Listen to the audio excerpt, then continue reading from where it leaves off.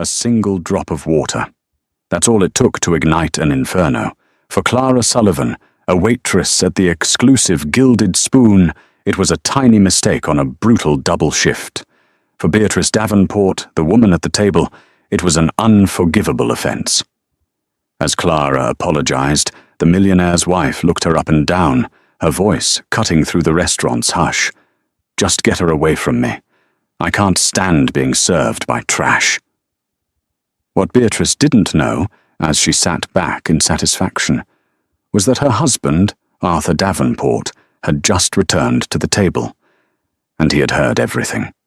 The Gilded Spoon wasn't just a restaurant, it was a stage. Every night, a performance of wealth and power played out on its marble-floored dining room. The clientele wore their net worth like a second skin, and the staff were the invisible stagehands, trained to be silent, swift, and flawless.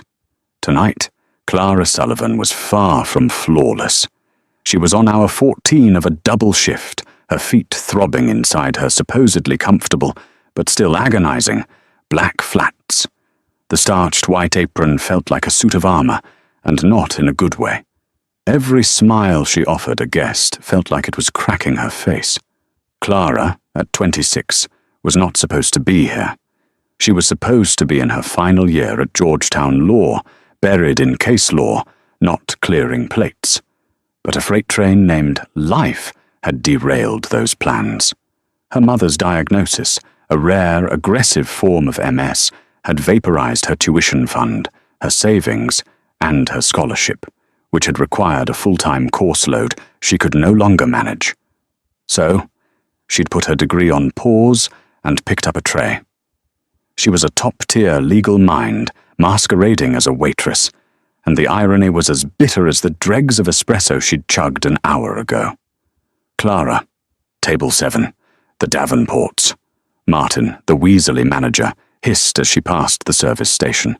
"Don't mess this up, he's a titan." Clara nodded, her professional mask sliding into place. She grabbed the heavy silver pitcher of ice water and approached the table. Table 7 was tucked into the best alcove, overlooking the city lights. The woman, Beatrice Davenport, was a vision of severe, expensive elegance. She was thin, blonde, and wore a diamond necklace that looked heavy enough to anchor a small boat. She was examining her silverware as if it might be contaminated. The man, Arthur Davenport, was the opposite. He was broad, with a quiet intensity, wearing a simple, dark and perfectly tailored suit. He wasn't looking at the decor or the menu. He was looking at his wife, and his expression was unreadable, almost tired. "Good evening. May I offer you some water to start?" Clara's voice was smooth, betraying none of the exhaustion pulling at her limbs. Beatrice didn't even look up. "Sparkling. Italian. Not that domestic garbage." "Of course. And for you, sir." Clara turned to Arthur. He met her eyes, and for a second she felt seen. "Just still, please. Whatever you have on hand is fine." "Thank you," Clara said. She turned for the sparkling water, but as she did, a busboy carrying a heavy tub of dishes hurried past, jostling her arm. It was the smallest of movements. A tiny slip, a single drop of water arced from the pitcher she was still holding, and landed squarely on the corner of a gleaming, black alligator skin handbag resting on the banquette beside Beatrice. The silence that followed was absolute. Beatrice Davenport slowly, deliberately, looked from the bag to the water drop. Then her eyes, as cold as the ice in the bucket, lifted to meet Clara's. "You clumsy oaf," she whispered, her voice terrifyingly quiet. "Ma'am, I am so terribly sorry," Clara said instantly, her hand flying to her apron for a clean cloth. "Please allow me." "Don't touch it!" Beatrice shrieked, recoiling as if Clara were holding a snake. The entire restaurant, which had been humming with low conversation, went silent. "Do you have any idea what this bag costs? This is Hermes. This is alligator. You've ruined it." "Ma'am, I assure you it's just water. If you'll allow me, I can have it attended to immediately. We have a specialty cleaner." Clara's training kicked in. De-escalate. Apologize. Fix. Beatrice let out a laugh, a sharp, ugly sound that had no humor in it. "Cleaned? By you? You probably couldn't afford the cleaning cloth. You have no idea, do you? You're just a girl, a nothing." Clara's face flushed hot with shame, then cold with anger. She was a nothing. She was a nothing who had aced the LSATs, who had argued a mock case in front of a sitting Supreme Court justice, who was working 40 hours a week just to keep her mother in a decent care facility. She clamped her jaw shut. "My apologies, ma'am. It was an accident." Just then, Arthur Davenport's phone buzzed. He glanced at it, frowning. "Excuse me," he said to the table at large, his voice gravelly.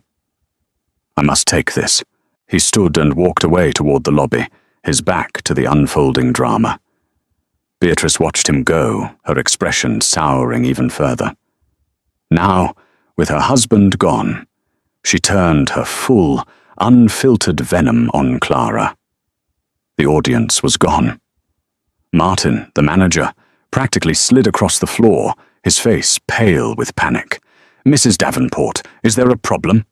"There is a problem," Beatrice sneered, pointing a long, manicured finger at Clara. "This thing just spilled water all over my bag. She's incompetent. I want her gone. Now." Martin turned on Clara. "Clara, what did you do? Apologize to Mrs. Davenport." "I have, sir," Clara said, her voice shaking slightly, the injustice of it stinging more than the insult. "It was a single drop of water. I have offered to have it professionally handled." Beatrice scoffed. "Oh, stop pretending. You people are all the same. You come here, you serve people who are better than you, and you think you're one of them.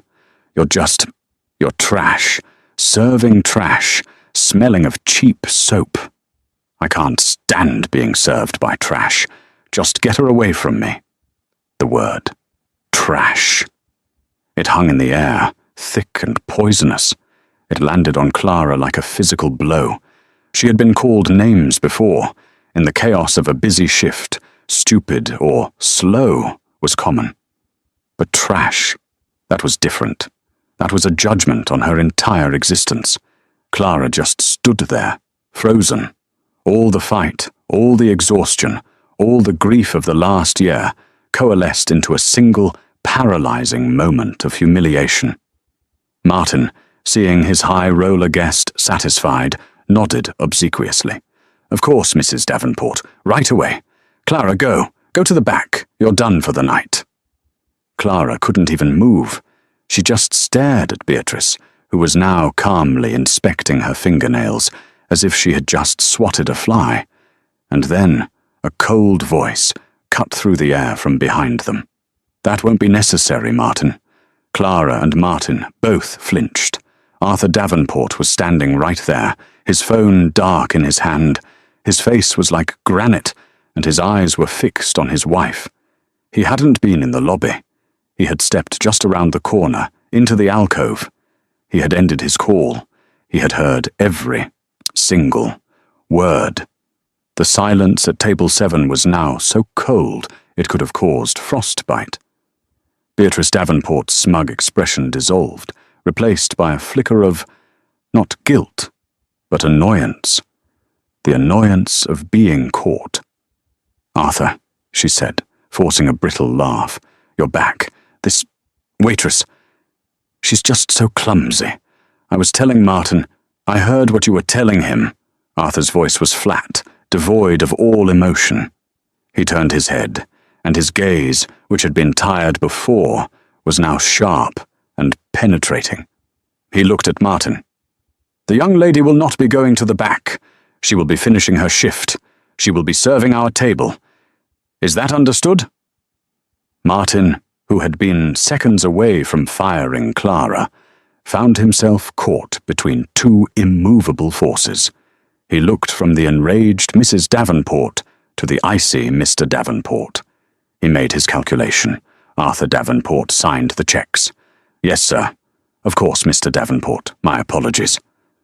Martin shot Clara a look that said, "This isn't over," and then scurried away. Clara was shaking. She wanted to run. She wanted to cry. But she also felt a strange, electric spark of vindication. She took a tiny, steadying breath. "Sir, Mrs. Davenport, I will bring your sparkling water." She walked away, her back straight, every nerve ending screaming. The rest of the dinner was a masterpiece of tension. Beatrice sat in stony, furious silence. Arthur, on the other hand, was suddenly engaged. He asked Clara questions. Not personal ones, but specific, intelligent questions.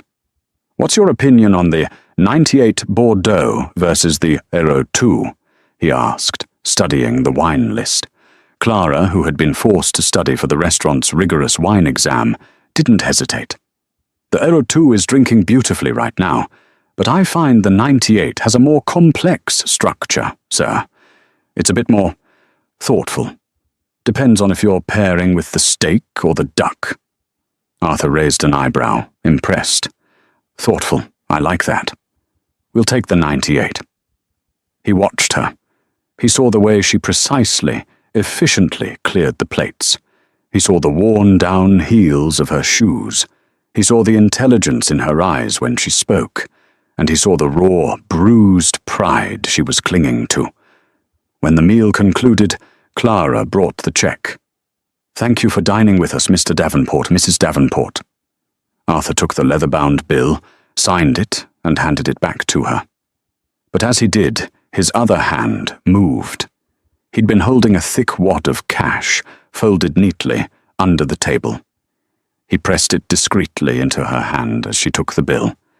"This is for you," he murmured, his voice too low for his wife to hear. Beatrice, however, saw the handoff. "Arthur," she hissed, outraged. "You are not rewarding her for her incompetence.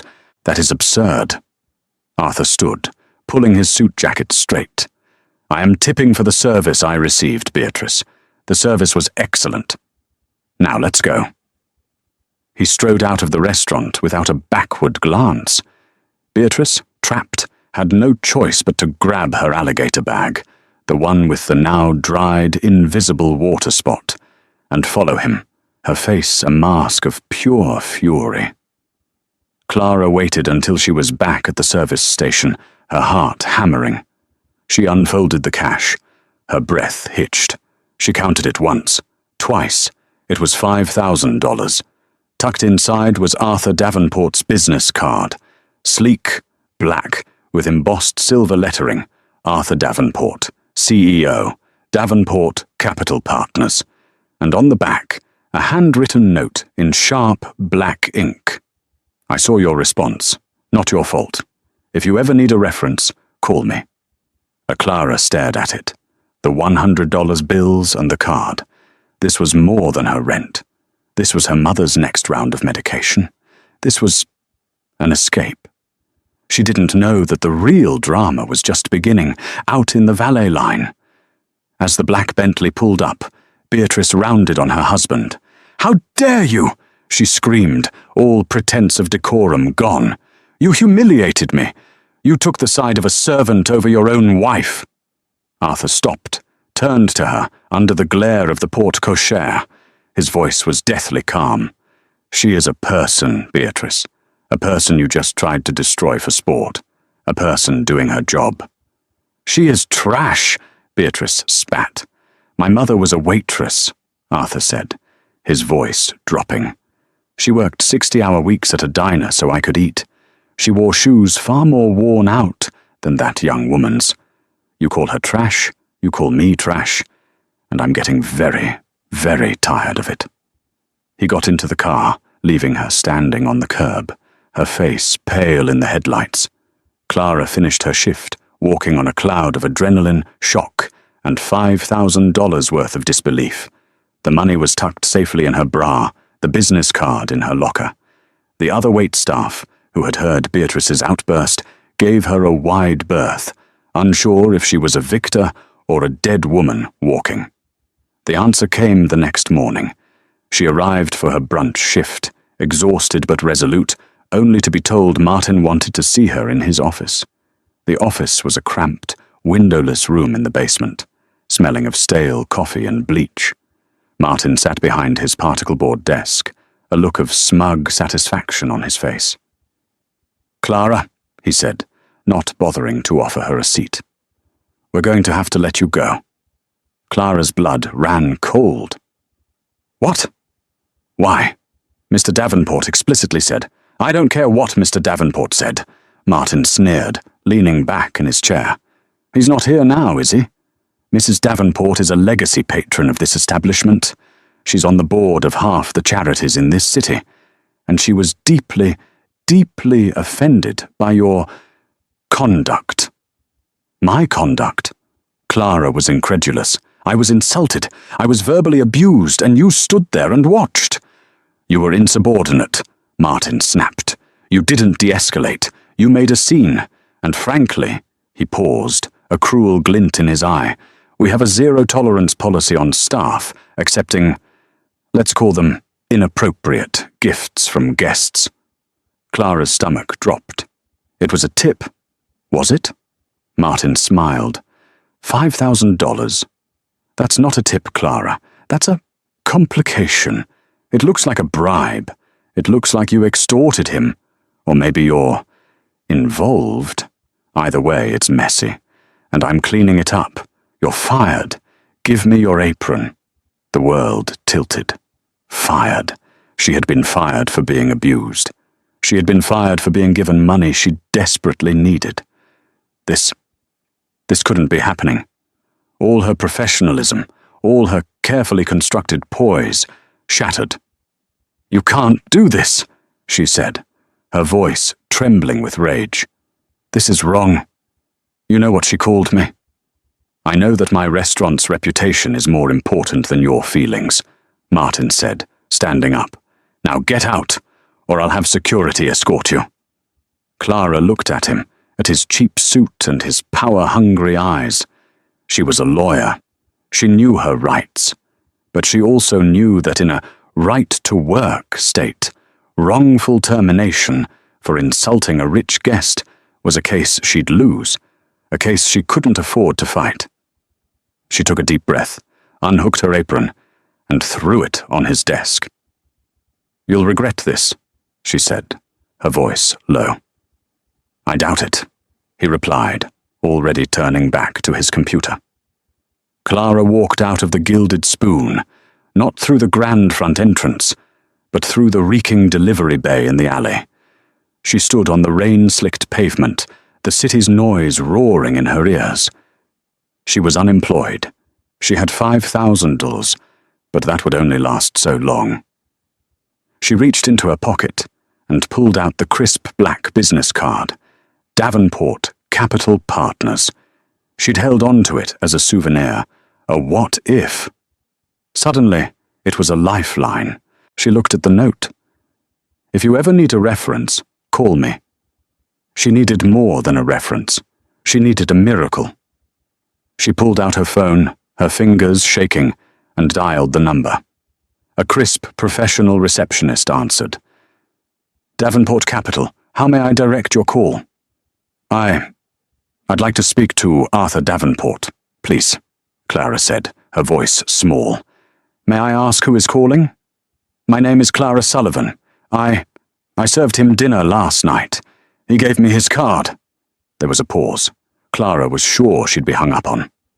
"One moment, Ms. Sullivan." A minute passed, then another. Then the line clicked. "Arthur Davenport speaking."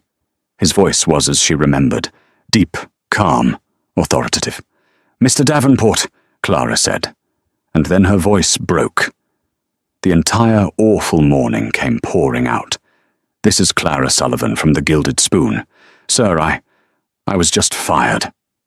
There was a long silence on the other end of the line. Clara, standing in the alley, thought he'd hung up. "Where are you right now, Ms. Sullivan?" Arthur's voice was suddenly sharp, focused. "I'm outside the restaurant. In the alley." "Stay there. A black car will be there in 5 minutes. The license plate is DAV01. Get in. It will bring you to my office." The line went dead. Clara was stunned.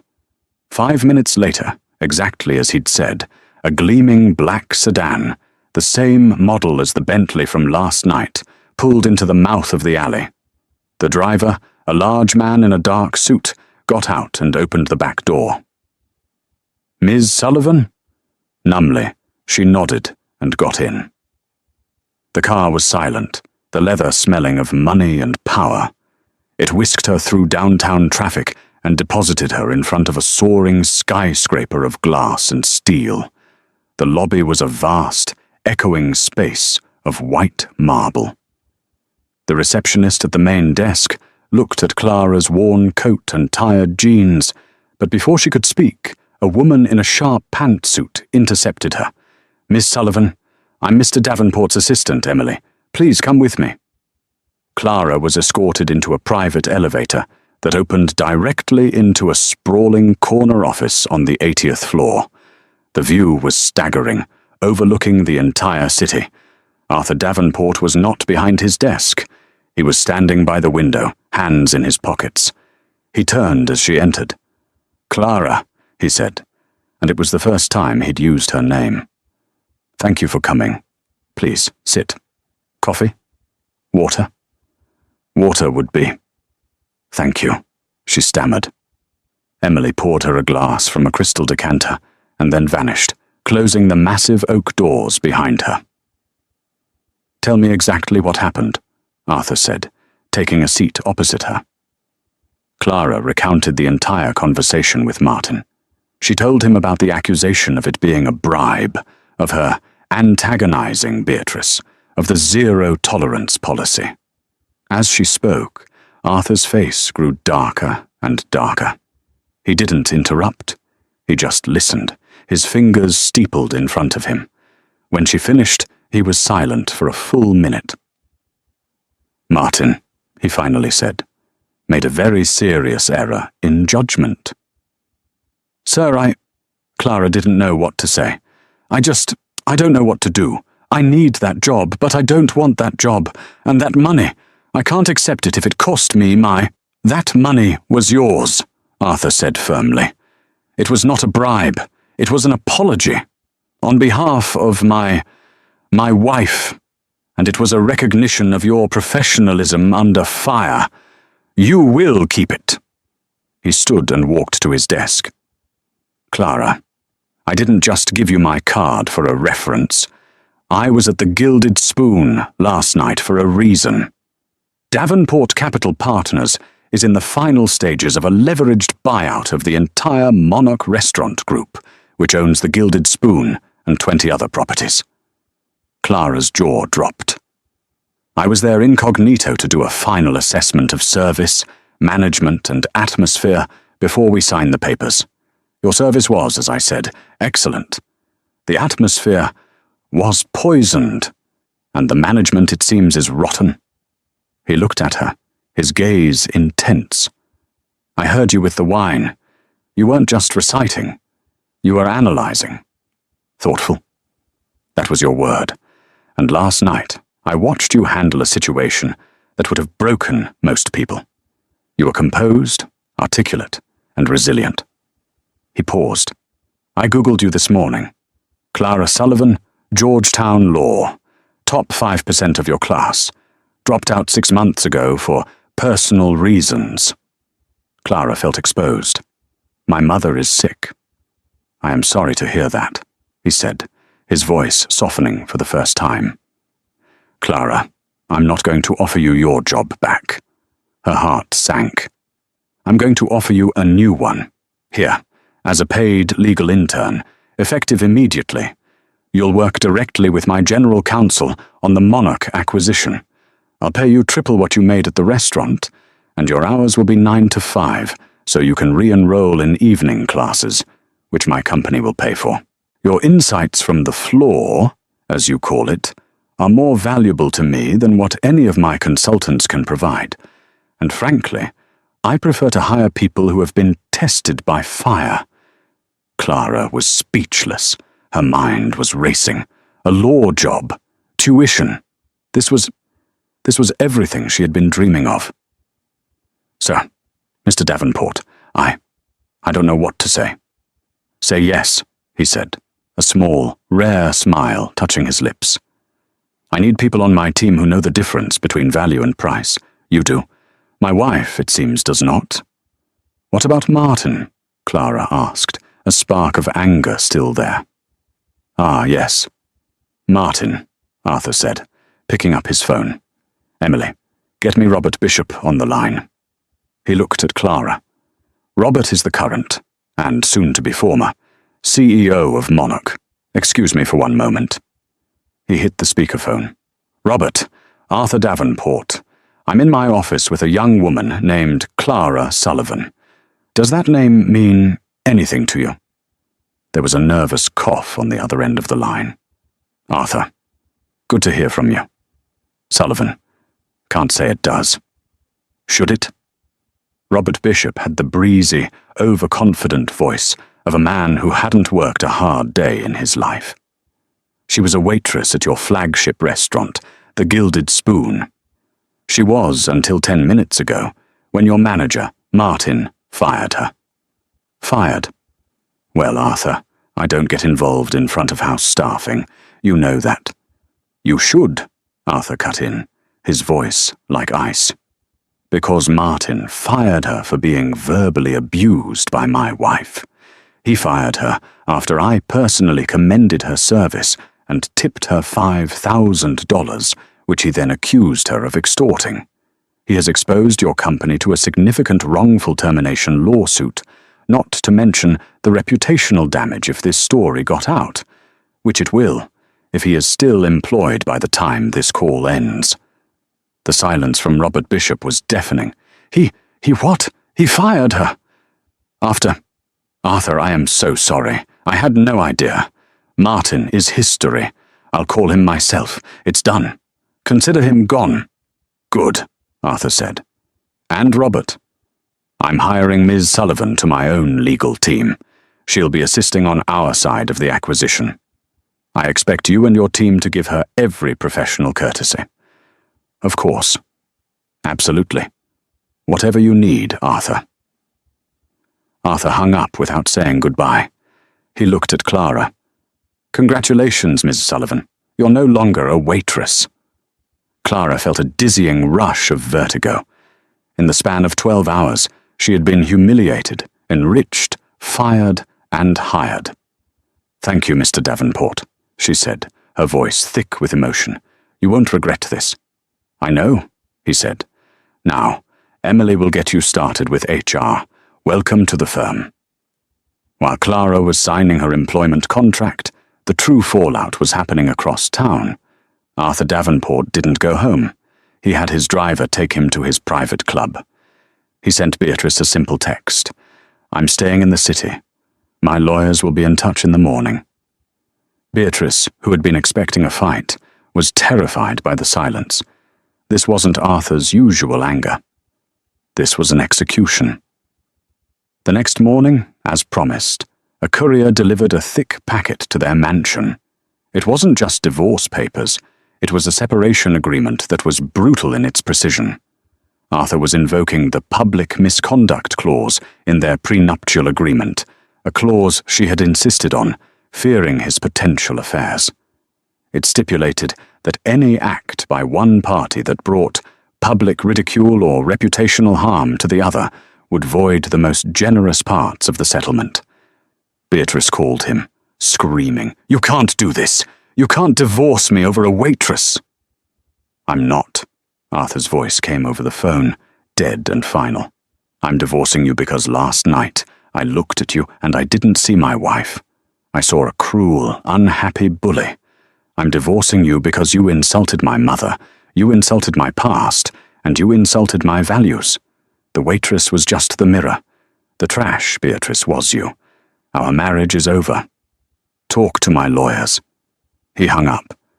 Beatrice was, for the first time in her life, truly and completely powerless, and she was furious. The next 6 months were a blur for Clara. She was thrown into the deep end, and she learned to swim. The work at Davenport Capital was demanding, fast-paced, and utterly exhilarating. She wasn't just making copies, she was drafting memos, sitting in on negotiations, and conducting due diligence. Her on-the-ground experience at the Gilded Spoon proved invaluable. She pointed out systemic issues in the Monarch Group's employee policies, illegal break-time rounding, tip pooling that bordered on wage theft, and toxic management promotion tracks. Martin wasn't an anomaly, she explained to Arthur and the legal team in a board meeting. He was a product of the system. The company incentivizes managers to cut costs and please high rollers, not protect their staff. If we acquire this, we have to burn that culture to the ground. Arthur watched her, a proud, mentor-like gleam in his eye. He had given her an opportunity, but this was all her. She was a natural.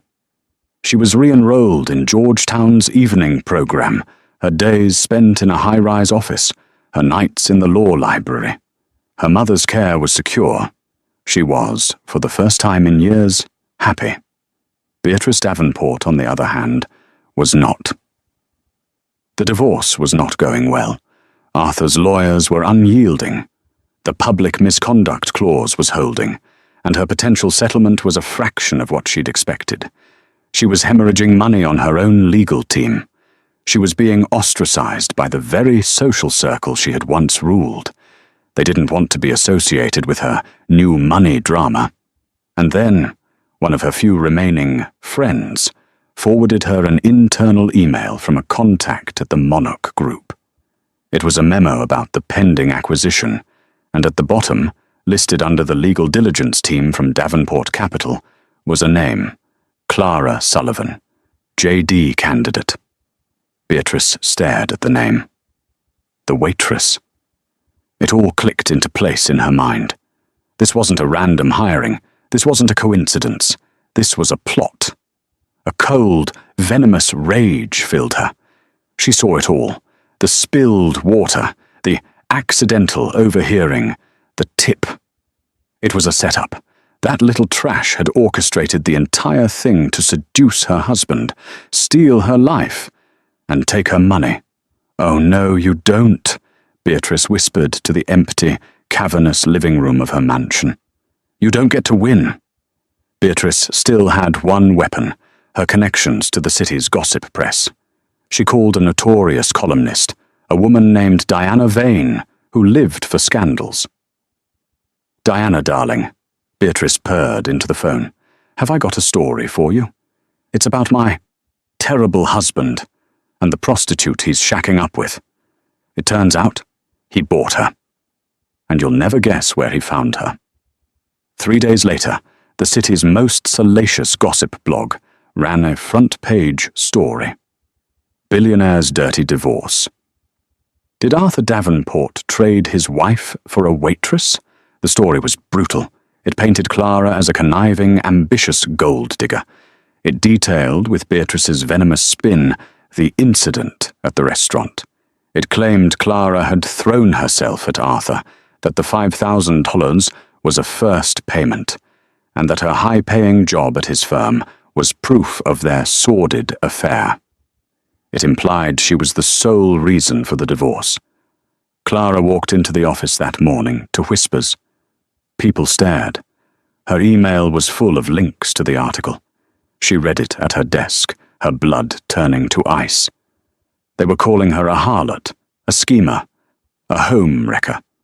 All her hard work, her integrity, all of it was reduced to this. She walked, white-faced, to Arthur's office. He was on the phone, his face black with thunder. "Sue them all!" he roared into the receiver. "I want Vane, I want the blog, I want them ruined by tonight." He slammed the phone down and saw Clara in the doorway. "Clara." "I am so sorry," he said, his voice raw. "My legal team is already drafting a defamation suit. We will destroy them." Clara stood there for a moment, the article burning in her mind. The old Clara would have cried. The new Clara, the lawyer, got cold. No, she said, her voice quiet but firm. Arthur looked at her, confused. No, Clara, they're slandering you. They are, Clara agreed, and a lawsuit will just drag this out. It will make it look like we have something to hide. The press will love it. You don't fight a fire with gasoline. Then what do we do? We can't let this stand. We don't, Clara said. She walked further into the office. You're fighting her on her territory. Gossip. I'm going to fight her on mine, the law. You're trying to sue for defamation. I'm going to look for fraud. Arthur stared at her. What are you talking about? Beatrice is desperate, Clara said, her mind working, the legal gears turning. She's leaking this story because she's losing the divorce. She's losing money.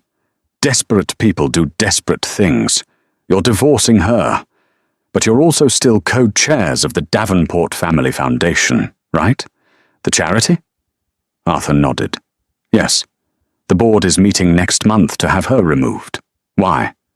Because, Clara said, if I were a desperate woman about to lose my $1 billion-a-year lifestyle, and I still had my name on a checkbook for a multi-million-dollar charity, I might be tempted to give myself a severance package. Arthur's blood ran cold. You think she's stealing?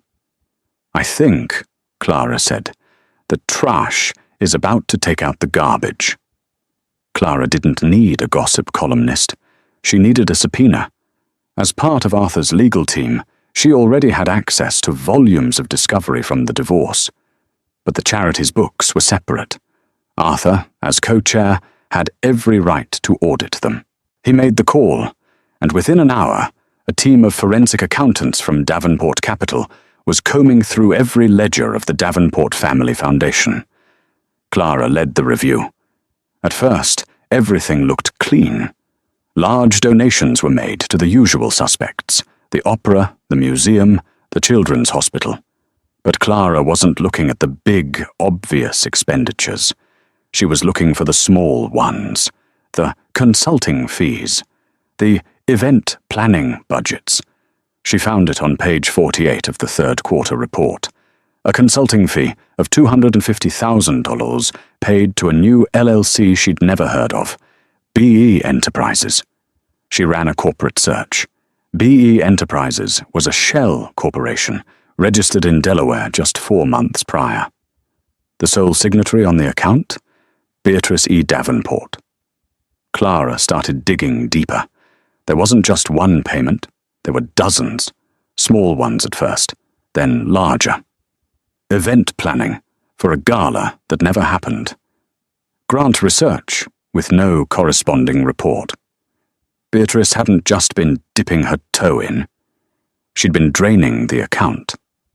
In the last 6 months, as the divorce loomed, she had embezzled over $4 million. And the worst part, the money wasn't from the general fund. It was from the Founders Scholarship Fund, a specific endowment Arthur's mother had established with her own diner savings to help underprivileged students. Beatrice was stealing scholarship money from poor kids, the very kind of kid Clara had been. Clara felt a cold, clean rage settle over her. She compiled the evidence, the wire transfers, the fake invoices, the shell corporation's registration. It was airtight. She didn't go to Arthur. She didn't go to the press. She compiled the file, bound it neatly, and made an appointment with the district attorney's office. 2 days later, Beatrice Davenport was attending a luncheon at the Gilded Spoon. She had returned, defiant, to the scene of the crime. She was holding court, sipping champagne, telling her friends how she was winning her fight against her cruel husband. Just as the appetizers were being served, 2 quiet, unassuming detectives in suits walked into the dining room. They were accompanied by the new manager, a woman Arthur had promoted from within. They walked to Beatrice's table. "Beatrice Davenport," one of them said. Beatrice looked up, annoyed. "Yes?" "You're under arrest for grand larceny, wire fraud, and embezzlement." The restaurant went dead silent for the second time in Clara's memory. Beatrice's face went from confused to angry to ashen white in the space of 3 seconds. "This is ridiculous," she sputtered. "Arthur put you up to this. It's a lie." "Ma'am, you'll need to come with us," the detective said, as he deftly pulled her to her feet and snapped handcuffs on her wrists. As they walked her out, past the shocked faces of her socialite friends, a reporter, tipped off by the DA's press office, lunged forward with a microphone. "Mrs. Davenport, is it true you stole $4 million from a children's charity?" Beatrice was mute, her face a mask of horror.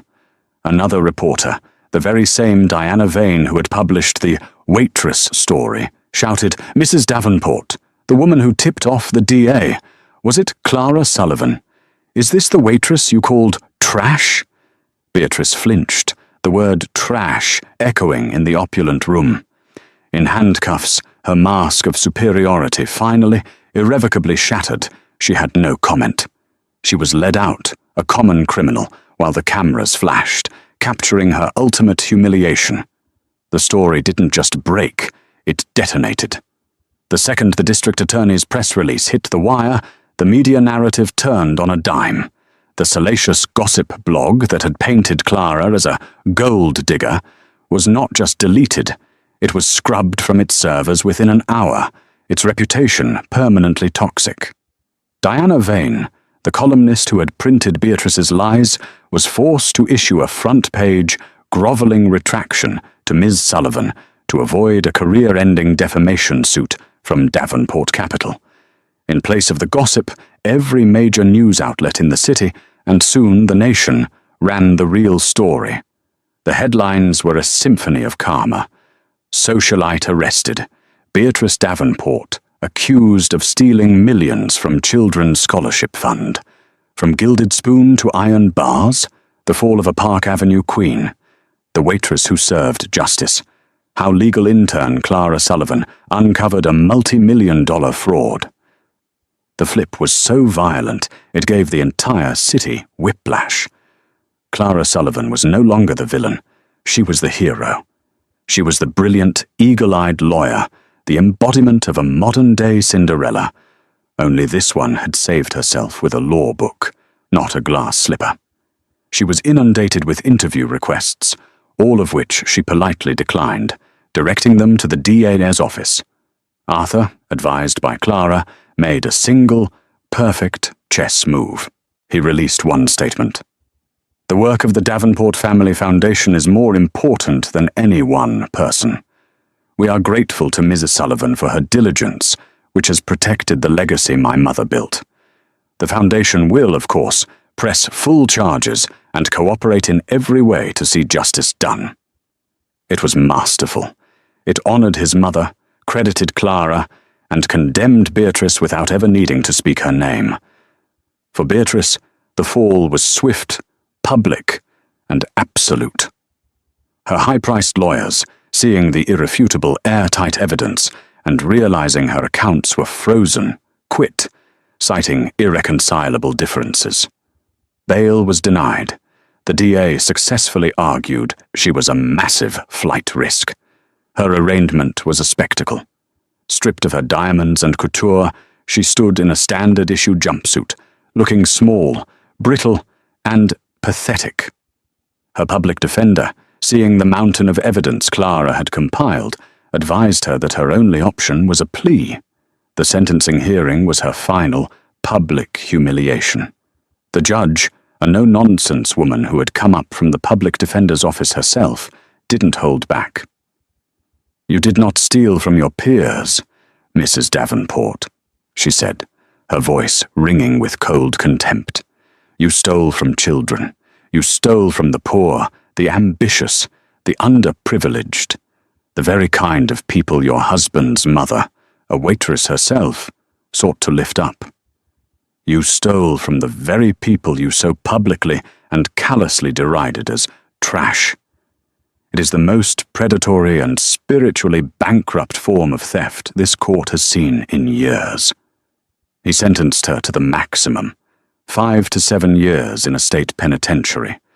Her entire personal estate, what little she hadn't already spent or hidden, was seized by court order to begin repaying the foundation. While Beatrice's world ended, Clara's was just beginning. The Monarch Restaurant Group acquisition was finalized. Arthur's first act as the new owner was not a remodel, but a reformation. On Clara's advice, he called an all-hands meeting for the entire Gilded Spoon staff. He stood before them with Clara by his side. "My name is Arthur Davenport," he said simply, "and I am the new owner.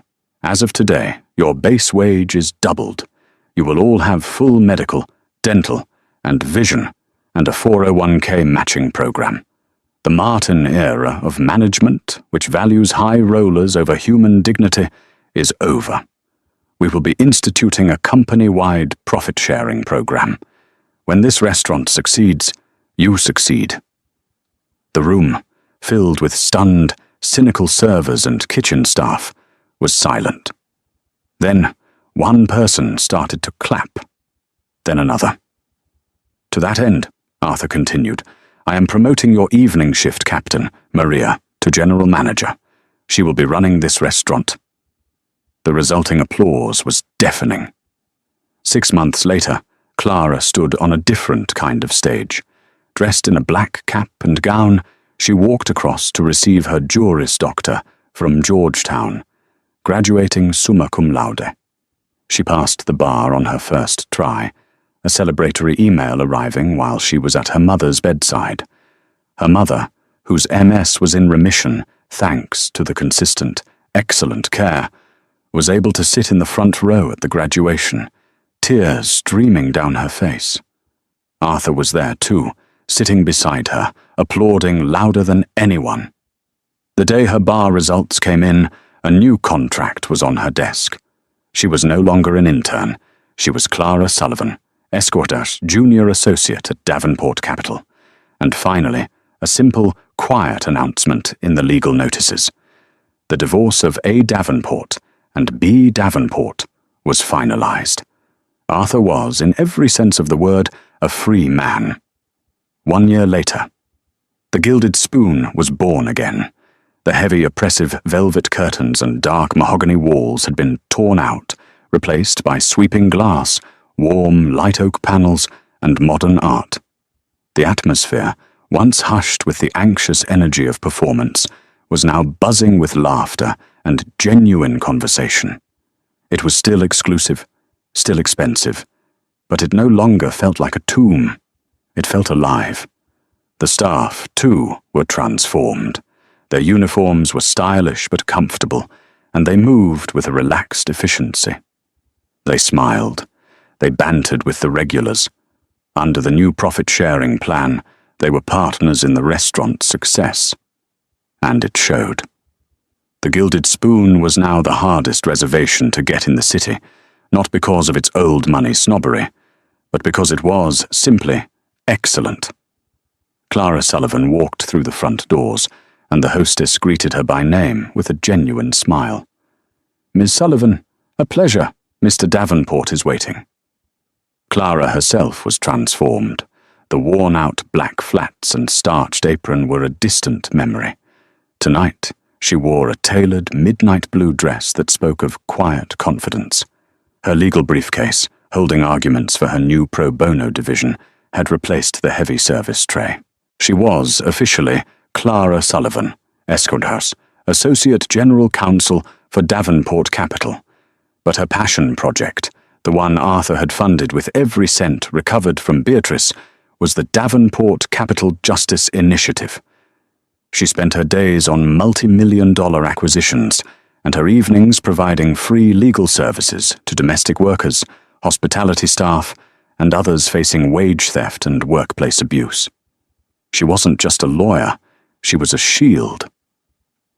Arthur Davenport was waiting at table 7, the exact same table. He stood as she approached. The change in him was more profound than the restaurant's. The tired, weary weight he had carried on his shoulders was gone. The granite mask was gone. He looked 10 years younger, his eyes clear and engaged. He wasn't just a titan of industry, he was a man at peace. "Clara," he said, and his smile reached his eyes. "You're late. Court run long?" "A landlord dispute in the Bronx," Clara said, sliding into the banquette, the very same seat where Beatrice's alligator bag had once rested. "The heating's been broken since November. We won. They'll have heat by tonight." "Good," Arthur said, signaling for the wine. "That's good." Maria, the new general manager, came over herself, holding a bottle of the 98 Bordeaux. "Ms. Sullivan, Mr. Davenport, it is always a pleasure. The 98, with our compliments, and the chef insists on sending out the new tasting menu." "Thank you, Maria." "How are the numbers this quarter?" Arthur asked. "Up 30%, sir," Maria grinned. "And staff turnover is at 0. 0. People want to work here." "That's all thanks to you, Maria," Clara said, and the two women shared a look of mutual, hard-won respect. As Maria walked away, Arthur poured the wine. They sat for a moment, the comfortable silence of two people who had been through a war together and had come out the other side. "I got a letter today," Arthur said, swirling the deep red liquid in his glass. "Oh?" "From Beatrice's cellmate. Apparently, she's teaching a GED class in the prison library. Her cellmate passed her exam. She asked me to send books on basic economics." Clara absorbed this. "Do you think she's changed?" Arthur considered this. "I think she's learning, for the first time in her life, what a cost really is. I hope so for her sake. But it's not my concern anymore." He set the thought aside. "What about you? I heard the district attorney's office is trying to poach you. Again." Clara laughed, a light, easy sound. "They are. It's flattering. But I told them what I told them last time. I'm doing more good right where I am. The Founders Scholarship Fund, the one we refilled, just sent its first 10 students to college. One of them is a waitress from the downtown diner. She wants to be a lawyer." A wave of emotion passed over Arthur's face. "My mother would have liked that," he said, his voice thick. She really would have liked you." "I would have liked her too," Clara said softly. They looked out over the restaurant, watching the dance of servers and guests, the clink of glasses, the flare of the open kitchen. It was no longer a stage for cruelty. It was just a room full of people, enjoying a meal, living their lives. "It's still amazing," Clara mused, "how it all changed. A single moment, one drop of water on a handbag." "It wasn't the water, Clara," Arthur said, turning his full attention to her. His eyes, no longer guarded, were full of a deep, abiding respect and an affection that was palpable. "The water was just the catalyst. It was the word. Trash." He leaned forward slightly. "She used that word to define you, to end your story, to put you in a box and throw you away. It was all she knew how to do. Discard people." He raised his glass. She never understood. Trash is just something you throw away because it's worthless. But scraps, remnants, the things people overlook, that's what you build with. That's what you use to make something new. You, Clara, you're the foundation." Clara felt a warmth spread through her that had nothing to do with the wine. She had spent so long just surviving, just fighting, that she was only now realizing she had won. She was safe. She was thriving. She was, finally, home. She smiled, her past and future finally at peace, and raised her glass to meet his. "To new foundations," she said. They toasted, their glasses ringing out a clear, bright note in the warm, bustling room. 2 partners, 2 survivors, 2 architects of their own. New world. The woman who had been called trash no longer just served the table. She owned it, and everything beyond. The story of Clara Sullivan is a powerful reminder that your job does not define your worth, and your circumstances do not define your future. People may try to label you, to diminish you, to call you trash. But true strength, as Clara showed, isn't just in weathering the insult. It's in using your own unique skills to rise above it and rewrite the entire system. Beatrice saw a waitress. Arthur saw a mind. What do you see in the people around you every day? If this story of justice and resilience resonated with you, please show your support. Hit that like button so more people can hear Clara's journey, and share it with someone who might need a reminder of their own worth. And of course, don't forget to subscribe to our channel for more real-life stories of karma, drama, and triumph. What did you think of Arthur's final move? Let us know in the comments below.